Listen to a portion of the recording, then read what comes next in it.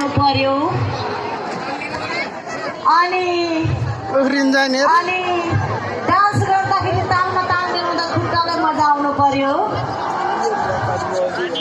अनि गीत सुन्दा कानलाई मजा आउनु पर्यो अनि बाँकी के गर्दा केलाई मजा आउनु पर्छ पर्दैन भन्दा पनि सो एक्चुअली कानको मजाको लागि चाहिँ ढाडी बुढाको नभन्ने ल के भन्ने सेक्सी बिरालो छोरी खान पल्केको छोरी खान पल्केको छोरी खान पल्केको यो हो नि त पाल्पाको सराईको जतिको इन्टेलिजेन्स मैले काम पनि देखाएको छैन है I love you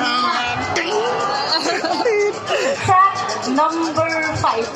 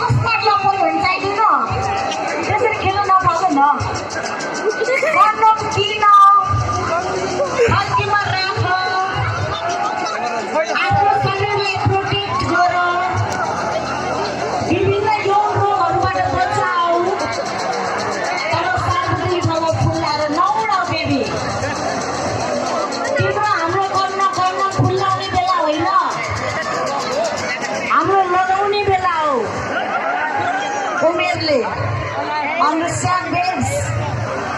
Okay, you better understand. अब चाहिँ मलाई त खासै गर्नु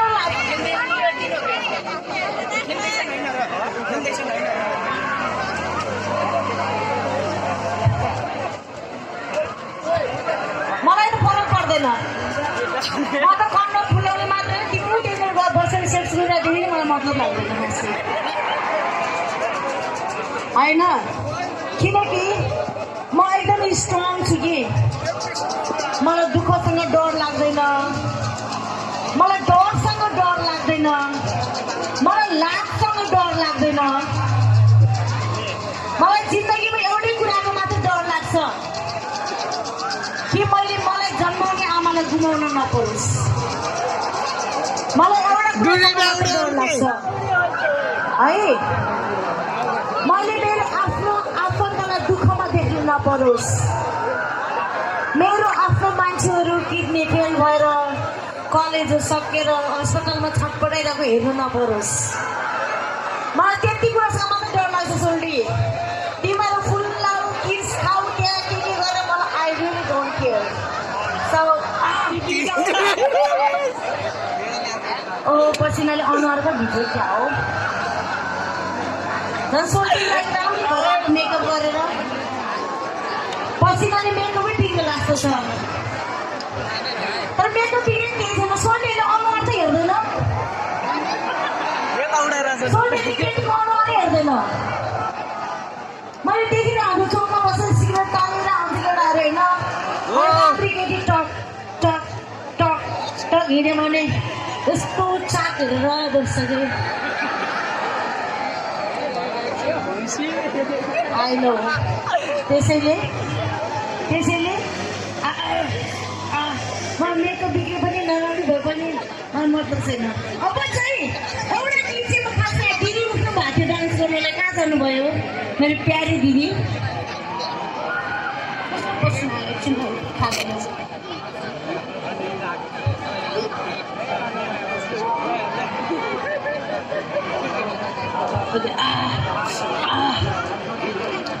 एक्चुअली चाहिँ म